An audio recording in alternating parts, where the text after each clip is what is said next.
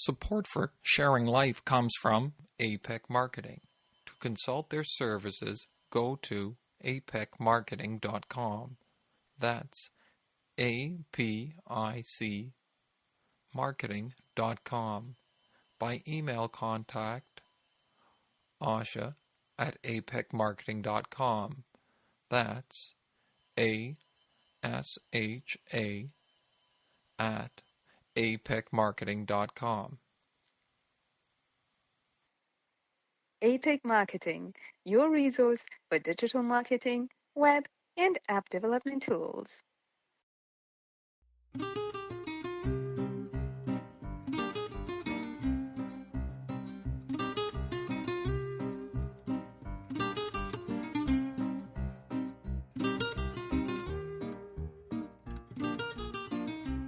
Greetings, I am John Knox. This is Sharing Life. This is episode number 8. Today on Sharing Life, a podcast produced by Welcome Studios Senior Citizen Media, we are going to get to know Kelly Arnot of VRPRO. This is my first interview with Kelly Arnot, the race director of the Chile Half Marathon. Did you know that VRPRO now hosts virtual runs as well as its traditional races? Go to VRPRO.ca to discover new ways to participate in goal races with your friends.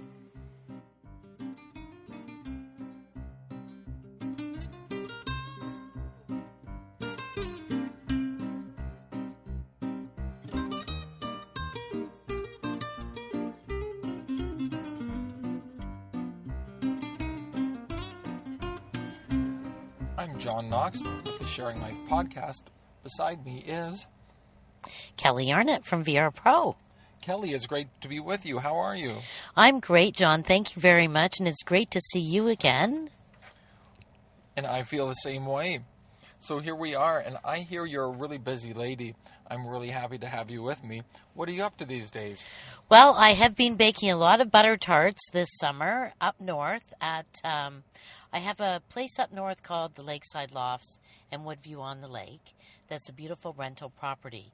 So while I'm not greeting guests, I'm baking butter tarts, all sorts of various recipes for our Butter Tart Festival race on August 17th. Now that sounds pretty cool. Now, how did you choose which recipe to use? Well, I'm still trying out a few different recipes, but I have a lot of maple syrup around, local maple syrup from the North Kawartha region, and I actually had some beautiful bottles of maple syrup left over from prizes from our Chile Half Marathon. So I've been using up some of that nice maple syrup. This sounds very good. Maple syrup and butter tarts. That's my style right there. Can I ask, whose recipe are you using? Well, I have been sometimes just Googling best butter tart recipes. And then, of course, I always sort of have a variety of what I'd like to add on. And, of course, sometimes with the recipes, I'm doubling and tripling them because I'm dropping them off at some of the local running room stores. Because we're so lucky that some of the running room stores are having their 5K running nights, the Wednesday nights or the Sunday mornings. They are doing the Butter Tart virtual race. So I've been dropping them off to them, and they've been sampling the Butter Tarts and getting everybody excited. And then closer to August 17th, I'll drop off the beautiful Butter Tart medals and the shirts, and hopefully I'm going to have baked up enough Butter Tarts for the running room stores. Now that sounds pretty fascinating. I've done a virtual race before, and that was with the Ragnar. Yes. We did an 11K Chase the Moon at night with some friends. Cool. How was that? That was really good. It was really good. It was a lot of fun. Then we went to a second cup after. Nice, nice. Mm-hmm. So how many virtual races have you been a part of? Well, our very first one was our Canada Day race. And it all started because I designed this absolutely beautiful medal that had, of course, rubies and diamonds in it. Because, you know, diamonds are a girl's best friend or boy's best friend. So, and everybody loves celebrating the birthday of our great country, which, of course, we should. So we put it up online on VRPRO.ca, and we had so many people really excited about it. And I did a lot of sharing pictures of the medals. I dropped off the beautiful medals in all the running room stores. So we had the running room stores doing it, and then we also had, there was actually a lobster trucking company in New Brunswick. There were 125 of them that did our virtual Canada Day race. So we packed up their beautiful medals and their shirts, and they all did it on Canada Day, had a fantastic time. So we're doing this for the Butter Tart race, but we're also getting this really organized and in place for our Santa Race series, so that various running room stores can do it, or any running groups can do our Santa Race. John, say you and your friends that go out running on a Wednesday night, I will get you a Santa suit and a beautiful medal, which is not revealed yet. And you can all celebrate Christmas with your Santa suit and your beautiful medal. Now that sounds like a lot of fun. We had so much fun. Just a bit of organizing and joining the greater community and posting your events. We had some very dedicated members encouraging the rest to join, and it was a lot of fun in the end. Yeah, and I think what it's doing is if people can't come to us, we will go to them. And we want to encourage people to continue training, continue running, whether it's in this heat or whether it's in the freezing cold when they're training for our chili, but just to keep it going and keep the camaraderie, inviting friends, keeping fitness on top of mind, but also having a lot of fun with it and adding some variety. So I feel that that's what we're doing, and we are going to have some surprises for the launch of the Chili Half Marathon virtual race and the Frosty 5K and Frigid 10K. Because what we found is through the running room stores and through other training groups, we can keep the runners running all winter. But then on March 1st, or our race is the first Sunday in March every year, but somebody might be in Hawaii, if they're lucky. Or they might be, of course, at our Chili Half in Burlington, not have to run it virtually. But we want to be able to offer them this great experience. So we're going to be working on developing an app, and they will be able to sign up through that app. And then we will be able to all watch everybody running it, whatever day they run it. That will be close to the day of the chili, and we'll be able to see the elevation and their route and their picture, and we will have a great online community for the Chili Half. So we're super excited about that. So the other virtual races that we're doing now are getting me in practice of spending days in the post office sending off the packages and making sure everybody gets them on time, but we're going to take it to the next level for March. That is pretty fascinating. I have been very interested in app creation myself. I wonder where that will go in the future for all of us. Yeah, for sure. Well, I'll consult you when we're doing this. Interesting. I'd love to be part of it. So let's go back to some of your roots. Back in 1994, what made you want to host your first 5K run and then half marathon and then even the marathon? Well, it's a long story. We, my husband Mark and I had a store in Village Square called the Village Runner. And we had a gal, her name was Jo Wells. She was the first woman to ever run across Canada. And Mark ran with her throughout a couple of provinces. And she was so thankful for the fellowship, but also we sponsored her through the Village Runner and helped her get sponsorship from Tim Hortons and other companies, that she wanted to give back to us. So she offered to help us put on the very first 5K, which was the Downtown Dash in 1994. So when we did that, and it was a success. We had a couple of hundred people and put on a great event. And then we wanted to continue it, especially Mark really worked on getting that half marathon going within 2 years of that, which was the Chili Half. And we had a store in Oakville called the Village Runner, so we felt we could take everybody to Oakville and they could start in Oakville at the Village Runner and run to the Burlington Village Runner. Well, it sounds simple, except for you have to get everybody out, and they've got all their winter stuff on. So then, of course, all their stuff had to come on the bus, and the buses had to come back, and they had to try to get their stuff. So we learned a few lessons that day that it's a bit too hard to do. So then the Chili Half, over the 23 years, it's had quite a history of route changes and starting off as a small race with 200 people to now having a race with 3,500 people in the half, and 400 in the 10K and 600 in the 5K in the sometimes bad weather in March. Yeah, that's pretty fascinating. When we do destination runs, there is always somebody who has to drive the luggage, and it takes a lot of organization, and you're only doing it with 20 people or less. That's right, and there's always has to be that person that's, the one taking care of everybody. So it's really nice of them, but it's nice for them to get rewarded as well. True enough. So here we are. How did your races affect the communities of Oakville and Burlington in the early days? Way back then, there were very few races, and actually there were very few running stores and very few runners. When we look at it, so many of our racers would have to go down to Ithaca and to Buffalo to participate in races because there just weren't a lot around. Now, of course, we're inundated with races everywhere, but we have brought so many people to Burlington and Oakville and Hamilton for our events, and it has, first of all, showcased the community, showcased how beautiful Burlington and Oakville are, especially along the waterfront.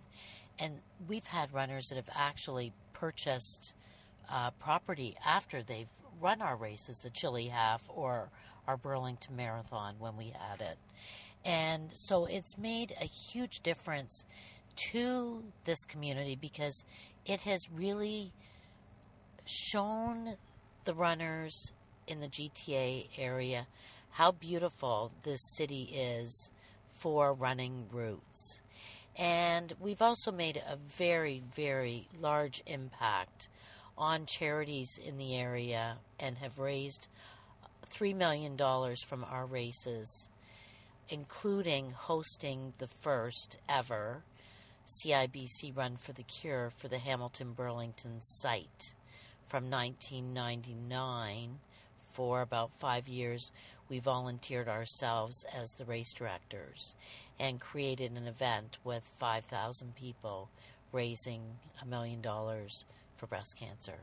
That's wonderful, and that's a phenomenal amount of people, and then allocating all the funds and doing all that work. It's really, I really respect that a lot. Thank you, John. Yeah, Mark and I had a lot of passion and dedicated so much to the running community, especially way back and now, of course, it's helped us grow to where we are today, and people are familiar with our races and Burlington and a lot of the charities that we have supported. Wonderful. So, do you find that your older runners to be taking on leadership roles and building community within your races? Yes, for sure. And we have had some amazing older runners and some very well-known people that got very involved with our events. In fact, one of them, Mr. Richard Graves, I'm sure you knew who he was. He carried the Olympic torch, and he did some great speaking and seminars at the Ottawa Marathon a few years ago. He started coming out to our races and brought his whole little contingent from Toronto, and one is in his age group all the time. And he was such a lovely man. And actually, at the 20th anniversary of our Chili Half, he had just passed away that year, and we had sort of like a little service at our cocktail party remembering Richard. And we also just had a fellow, Mr. Donald Banks. 85 years old, that just retired from racing at our last Canada Day race. And he wanted his last race to be our race. And he was a fantastic person. But, you know, we have so many runners in their 70s and 80s these days that are in such great shape, that just, they train, they're so dedicated, they're so smart. They don't just go out and run, they do everything else. They do everything nutritionally wise and stretching and everything else. They're very disciplined and very proud of where they are today. We've also seen with the Burlington Runners, a running group here in Burlington that have supported us and we've worked with over the years. There are some older runners in that, but they're, the core people, the ones that are out there. And they also put on some events as well and really help promote the races. Wonderful. I find the older runners in our club, that they're just very encouraging people, and that one of the fellows, Peter, he says, I'm here in order to be part of the greater community, and he does such a good job at building community in our group and setting a standard of being a great athlete at the same time. Every year I've run the Mississauga Half. I understand that he has done the Weekend Warrior, where he's done 3 races every week. And that's just incredible. I don't think a lot of our younger people could handle that these days. Yeah. So where did you see your older adults enjoying themselves the most at your runs? Well, I think the older adults are really focused on the course. And, they like to come out here because we offer different scenery and different courses along the waterfront, which is really, really important for them. And, trying to set a PB even at their ages, a lot of them 70 plus, and it's just incredible. But then after the event, the camaraderie, they will often go out with, a group of people and have lunch and drinks and, just adding more to the community. And the dedication, I find, we could probably do a race anywhere and there will be 100 to 200 people that all come out. And these are the older dedicated runners that show up at our races. All the people from the GTA, from Toronto and Mississauga and Oakville, and it's just, hi Larry, hi, it's just that same group, and they're just so dedicated. Mm-hmm. That's one of the best parts of running for me. I love the community aspect. That's right. And we're getting more involved with the community through some of the Mississauga Back to Square One group, and of course the running room groups that there's so many dedicated people, such as at the Whitby running room where I stopped in yesterday to drop off butter tarts. They are going to have 40 people out at doing the Butter Tart Festival virtual race at the running room. So, and they've got this dedicated bunch, just like your group, John, that are there all the time, and especially this store in Whitby, because it's not out in the middle of nowhere anymore, but it used to be.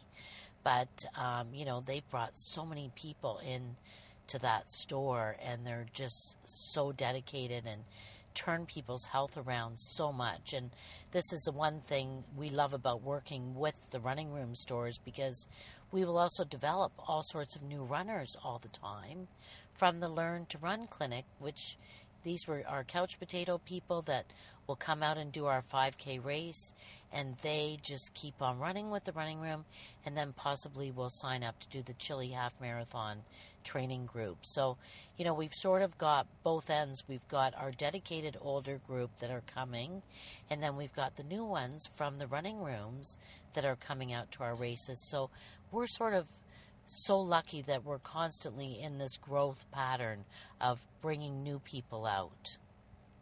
Yeah, I'm very thankful for the running room and how it's been a big part of getting people off their couches. And I'm really listening closely as you talk about the virtual races, and I don't know of any other virtual race that includes the signature snack from the run at the different virtual sites. So that puts a smile on my face, and that makes me think that I would love to be part of one of your virtual races. Excellent, excellent, John.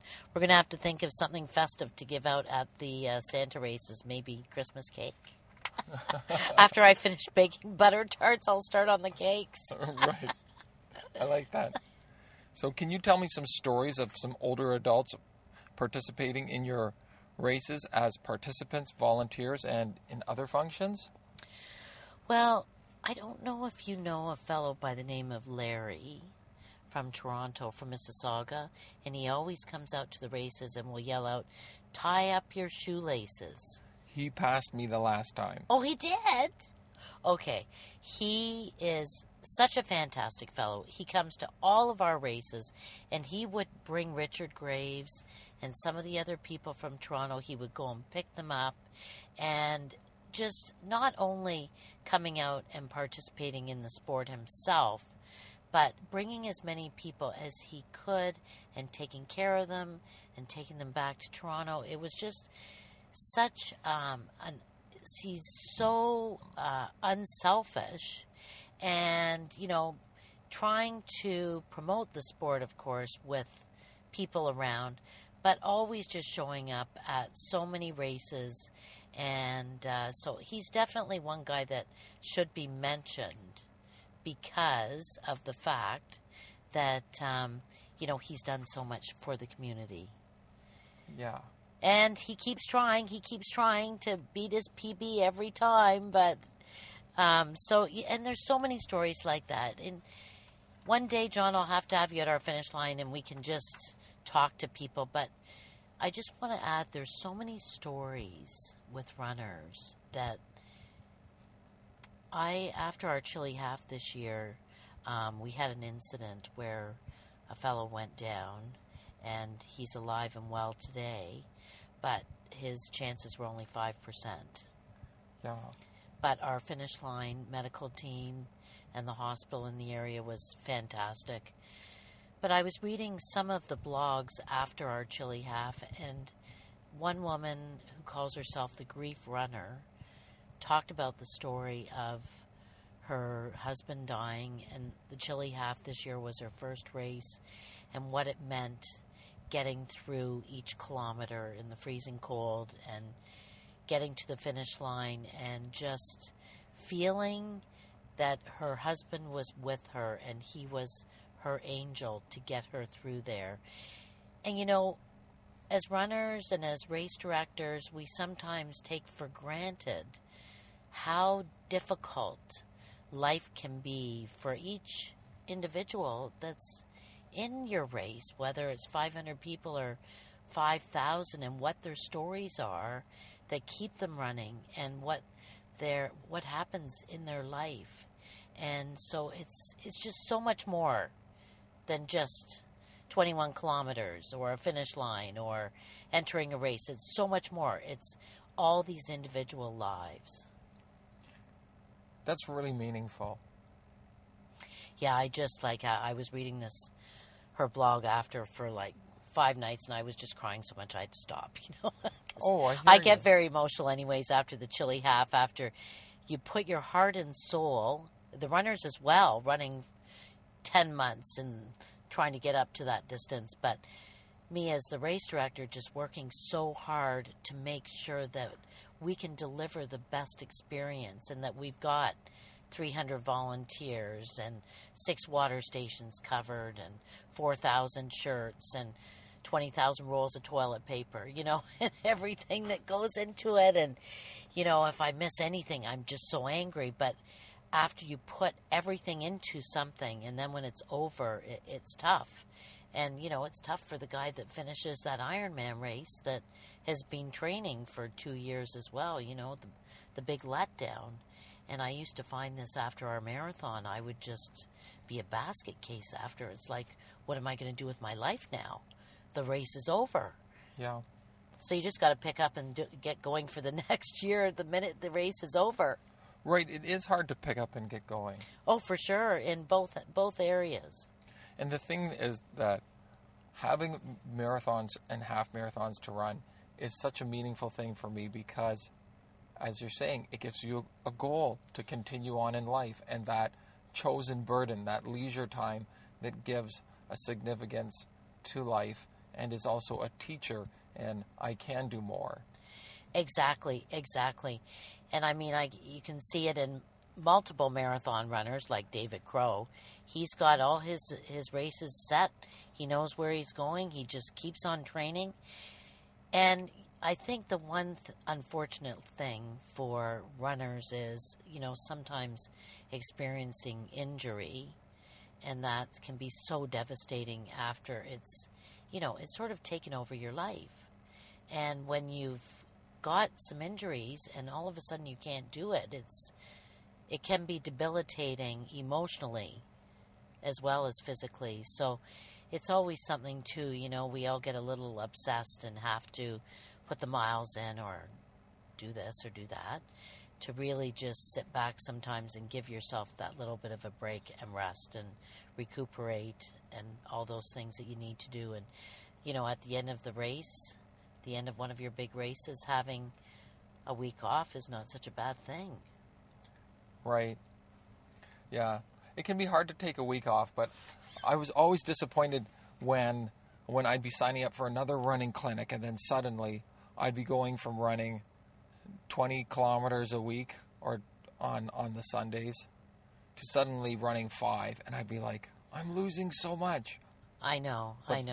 The body needs a break. The body sure needs a break, and I don't think the athletes realize it until sometimes it's a bit late. So I guess, these goal races are great because you reach that goal, it's time to start all over again, start fresh, and just take it easy a little bit. Right.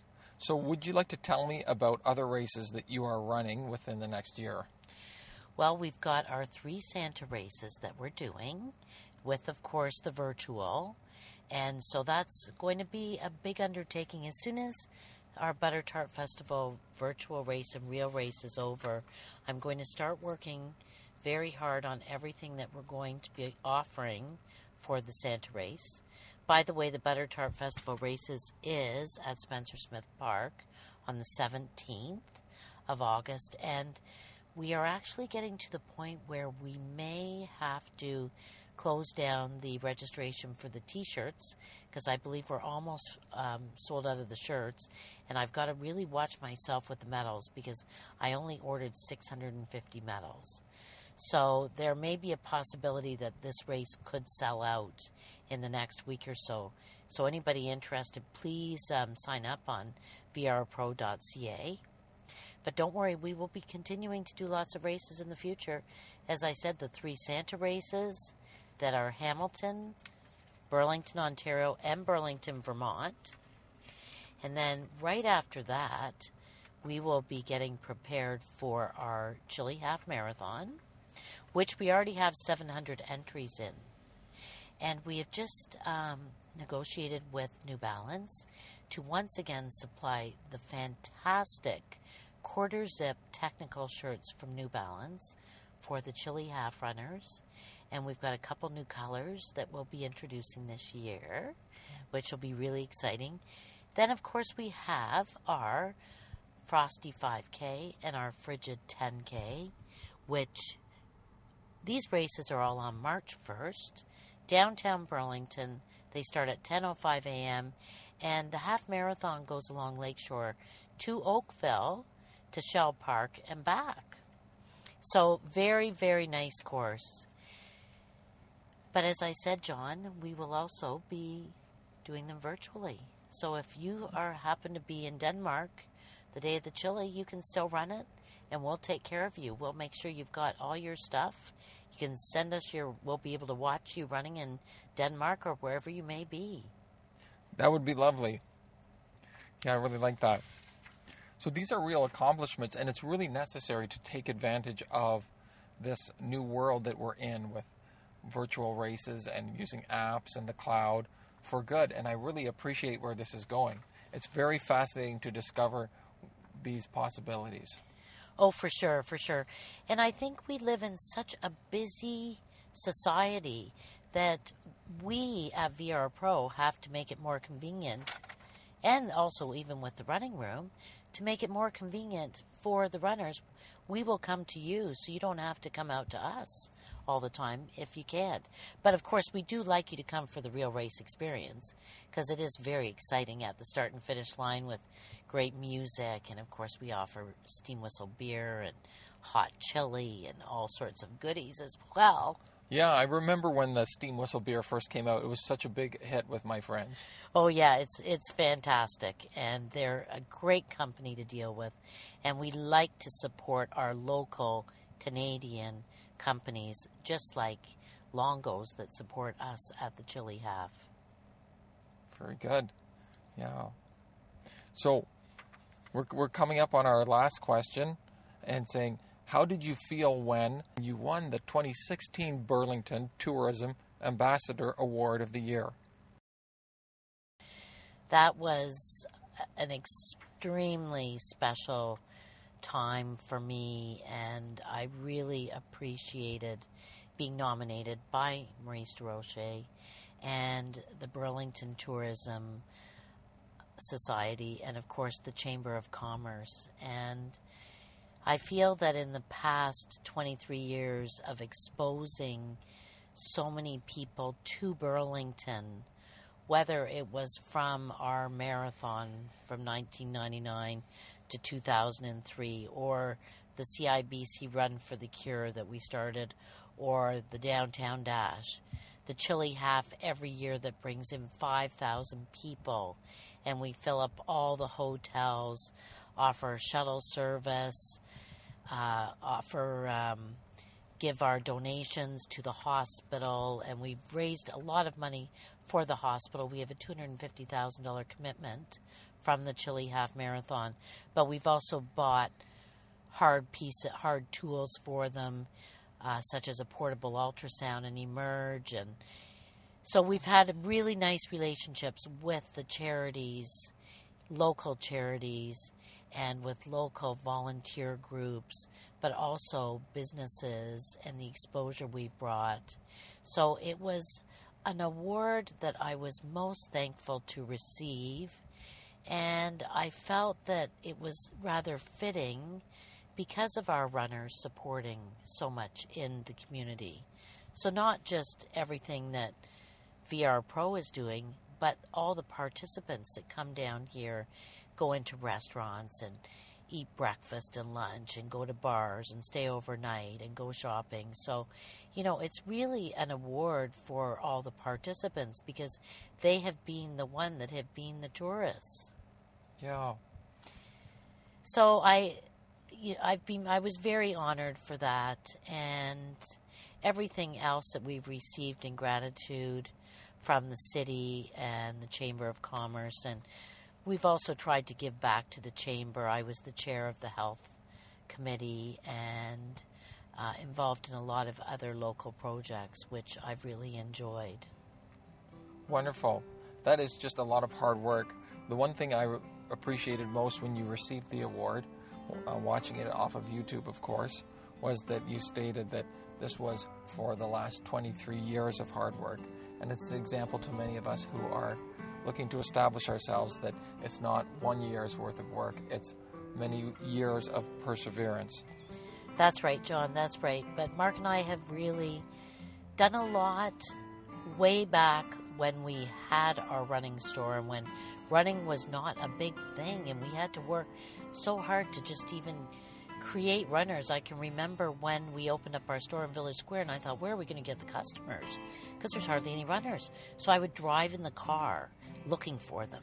And if I saw a runner, I'd give him a gift certificate wrapped in a plastic bag that he or she could put in their shorts to give them $10 off if they came into the Village Runner.